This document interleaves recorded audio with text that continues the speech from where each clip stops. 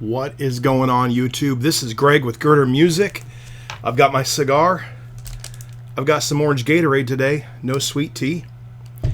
And this is my top 10 favorite albums that I can't get enough of from the 90s.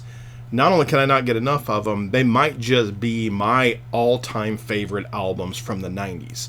And if you look on the screen here, you're probably going to be able to figure out which one I'm going to mention first.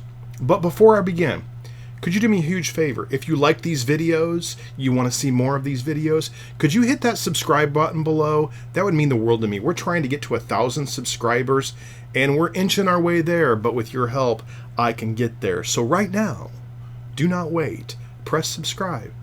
Go ahead. I'll wait for you. I'm waiting. Go ahead.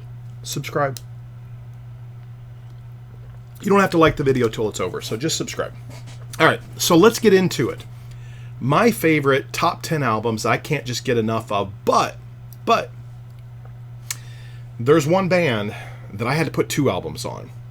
It's the same band. So it's kind of 11 albums. Anyway, let's just get right into it, should we?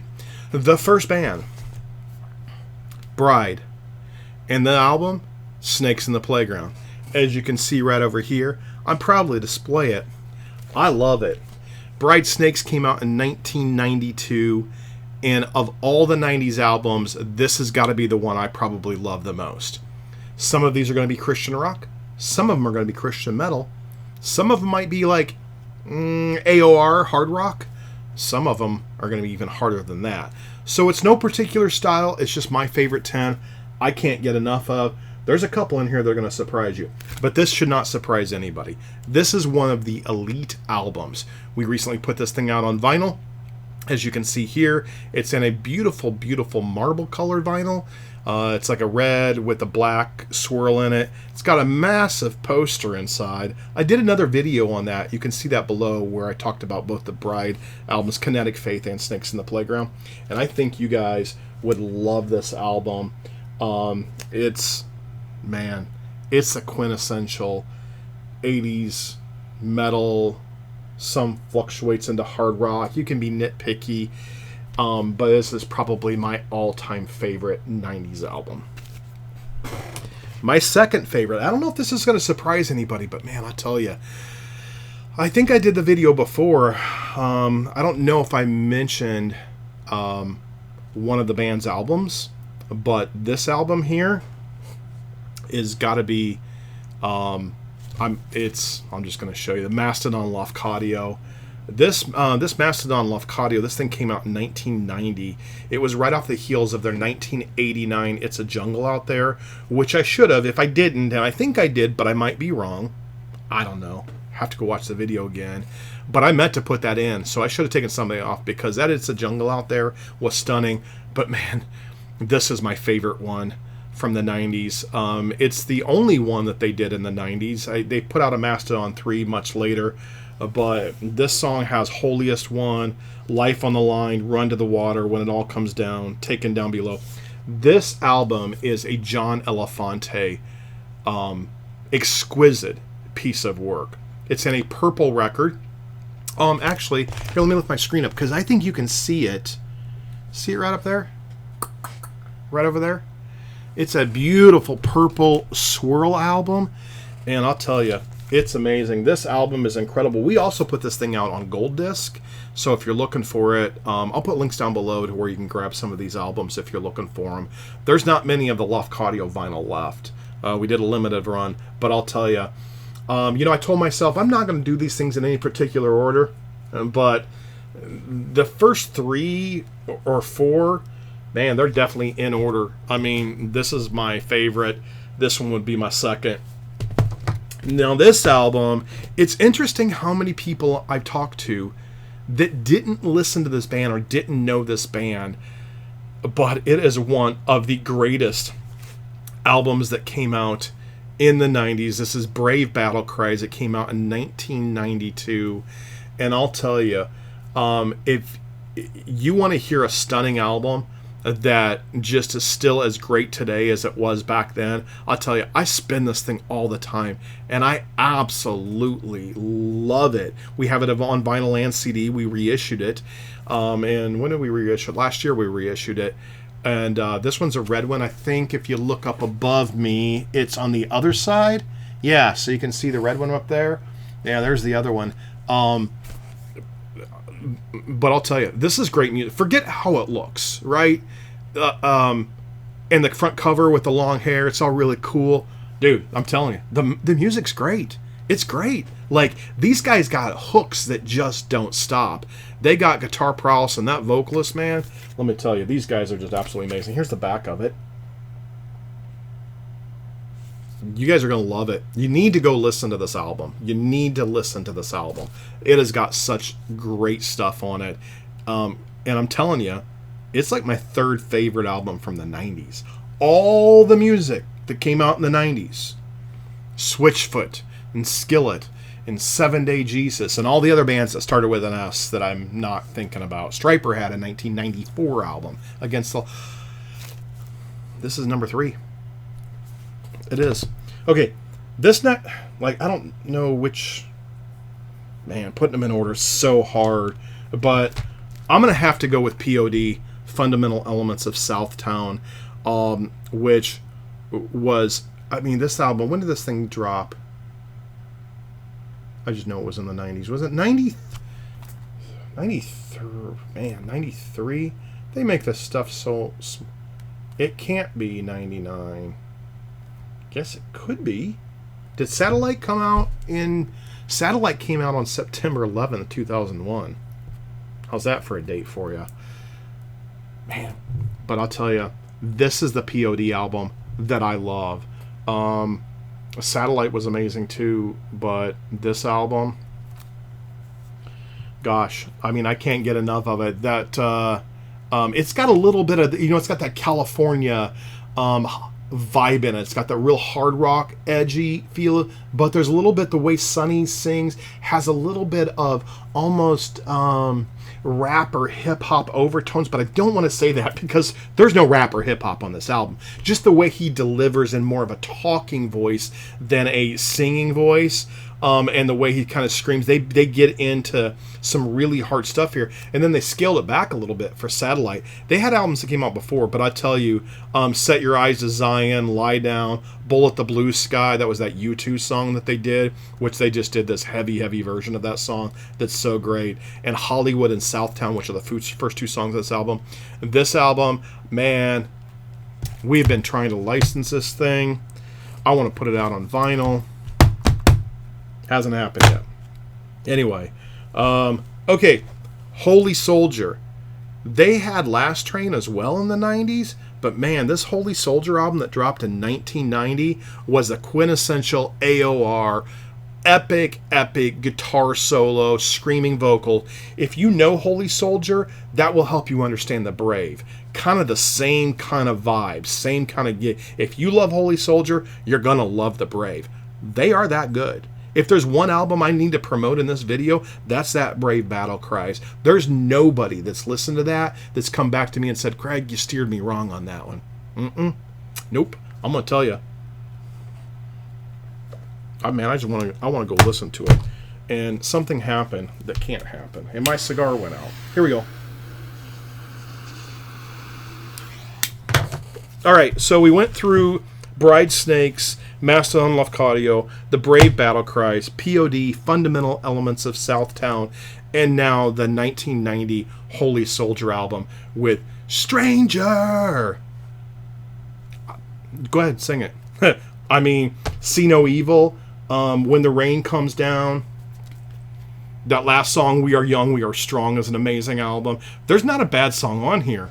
Cry Out for Love. It's such a great album. Every song on here. Tear Down the Walls. I mean, this might be on some people's #1 album, and definitely on most people's. And for an actual 1990 album, although I'd probably put Mastodon Lafcadio kind of really up there with it. But that Holy Soldier self-titled album that dropped in 1990 is amazing. So... Let's see here. So this is weird because there's two albums, and I couldn't pick one. Like, I love both of these albums. One came out in 1990, one came out in 1993, and that is Guardian Fire and Love and Guardian Miracle Mile. Man, I absolutely love both of these albums. Like, how can you not love Guardian? That First Watch album was incredible. It was produced by Oz Fox. These hit a whole new level on these albums. They hit their prime. These albums are both just stunningly good. The Miracle Mile, I believe, man, I think this is an orange vinyl.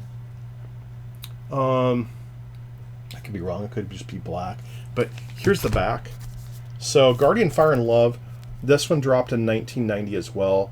Power of Love, Send a Message, Time Stands Still, Forever and a Day. That Forever and a Day is almost bluesy. It slows down a little bit, and it's just got some just amazingly great hooks. The Fire and Love album has a 7-inch with it, the actual vinyl, right? So that you weren't missing any songs. So 2 of the songs ended up on the 7-inch. It's got this amazing inner sleeve with all these photos, but here's the back of the album. It dropped in 1993.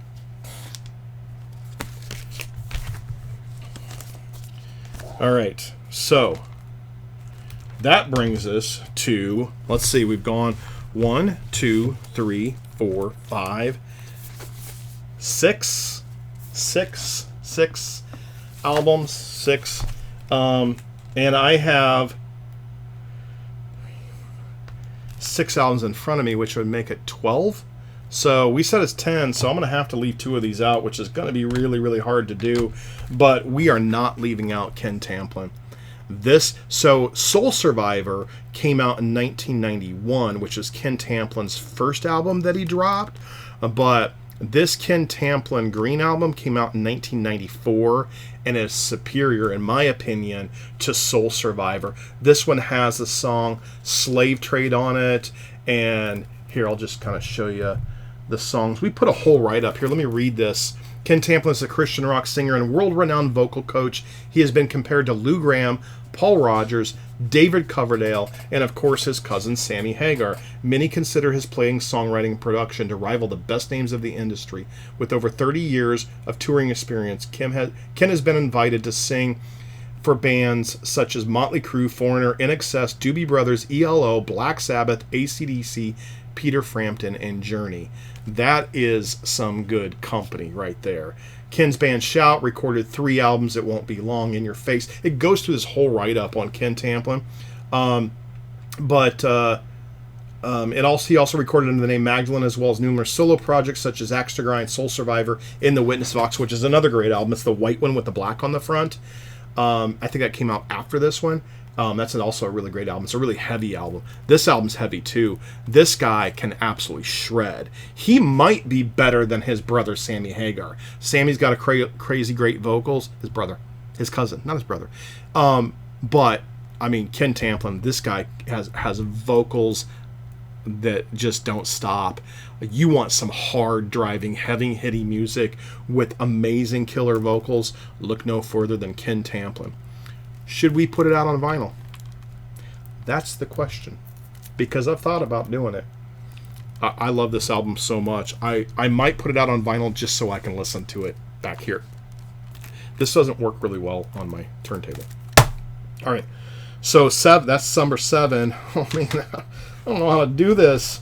All right. I can't leave out King's X. This Faith, Hope, and Love album. I mean, we are finding who we are. If you want, I'll just sing all the songs to you. You want me to just sing? I'll just sing them all. I love it. Like, this is heavy hitting, in your face, King's X. They were a Christian band. I don't know so much anymore. There was a lot of ousting in the church because he professed that he was gay, and the church was like, no, we hate gay people, and all that kind of crap. Anyway, I'm not going to get into a political conversation of whether it's right or whether it's wrong. But I'll tell you, I love everything King's X has done. And Out of Their Silent Planet, Gretchen Goes to Nebraska, Faith, Hope, and Love, Ear Candy, Dogman, their self-titled album, Tapehead, Mr. Bubbalucious, or however you pronounce that, and I probably have the name wrong, but whatever. This album kicks butt. King's X, Faith, Hope, and Love. Was that 8? We only have 2 more to go? I got 4 CDs sitting here in front of me. Wow. Gosh, I don't know how to do this. Okay, well, now this is the point where a lot of people would put in Deliverance. But I'm not going to. Deliverance isn't on my video. Because I love Deliverance. I love the first one. The one with Attack, A Space Called You, those tracks that came off of the California Metal, then they were added to a bonus track on the first. I love that first album, but I think it came out in '89, so it doesn't count. Weapons of Our Warfare, everybody loves. Everybody loves that album. I think it came out in like 90. Everybody loves it, except me. It's not that I don't like it. I love Deliverance. I just didn't listen to it. Like, that was one I didn't own, and so I didn't hear it, right? We didn't have iTunes and Spotify and Layla and Napster and eMusic and any other place where you go listen your music, Apple Music, all right, all those we didn't have any of that, so we had to go to the store and find it, and I just never found it, so I never bought it. Like, and when I was at Cornerstone, I was too busy picking up, I don't know, Barren Cross, State of Control, which should go on my list. It needs to be in there, so maybe I can do a. What year did that come out? Tell me I don't have that wrong. Barren. Oh man, did I just screw up? Because Barren Cross. Let me tell you something. If State of the Control came out in 1990, which I think it did. Oh no, 89. I'm good.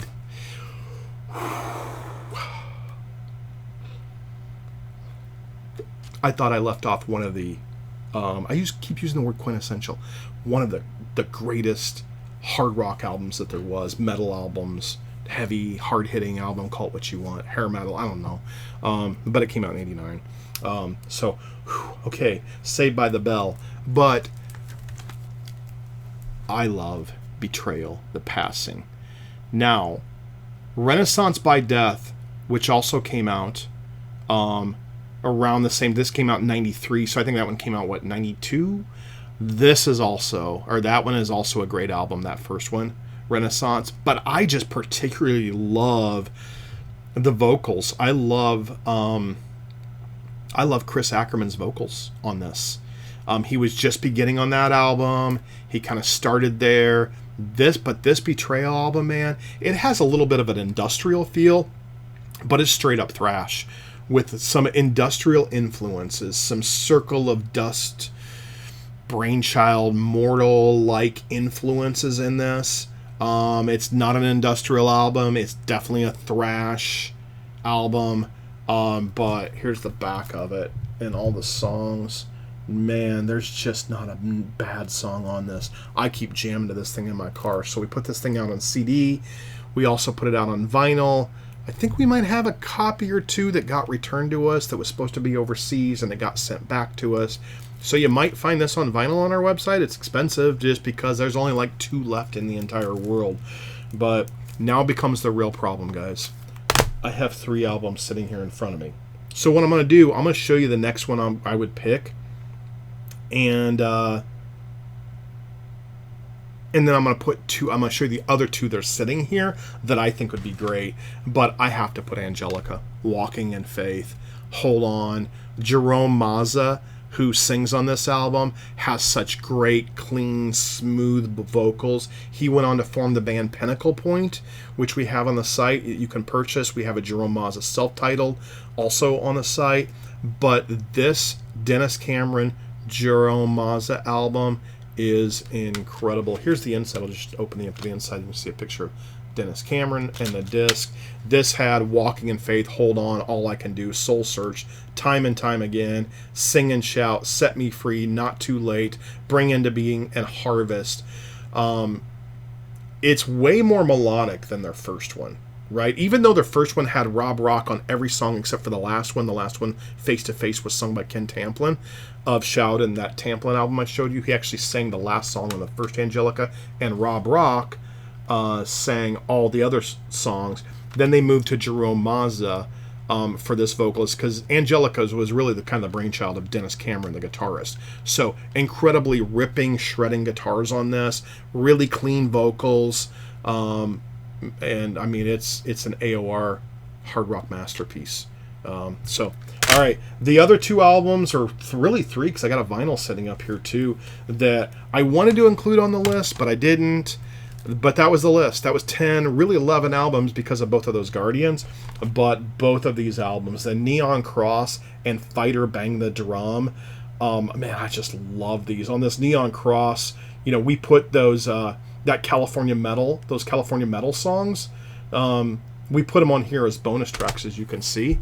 I Need Your Love and what is it, Son of God on this album. And then we put their Frontline demo on here. So this thing has 17 songs on it. This Neon Cross is an incredible album. We did a new cover for it, but when you open it up, you can just flip it around to the old cover. It's on the opposite side, so just flip the whole booklet around. But that Neon Cross album is incredible. And this Fighter, I just can't say enough about this band. You know, a lot of people didn't give these guys the credit. They were on the same label as Betrayal. They were on Wonderland Records, which was really popular in Chicago and did a lot of shows around Chicago.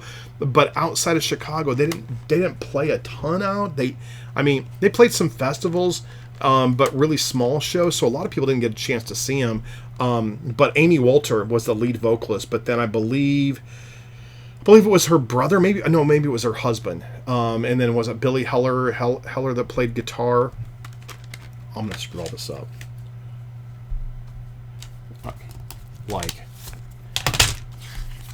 Because people in the comments are just going to go, okay, here we go. Amy Walter, Jim Walter, Sean Murphy, Mark Pence, and Billy Heller. I had the names right. So we did a whole write-up inside, and then of course it's got all the lyrics in here.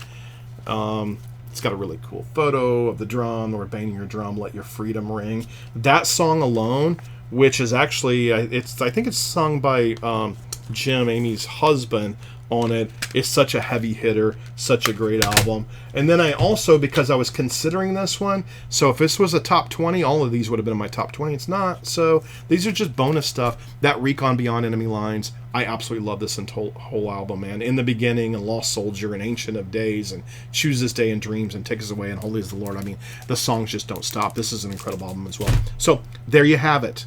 So by this time, you should have hit that subscribe button. So please do that for me if you like these videos.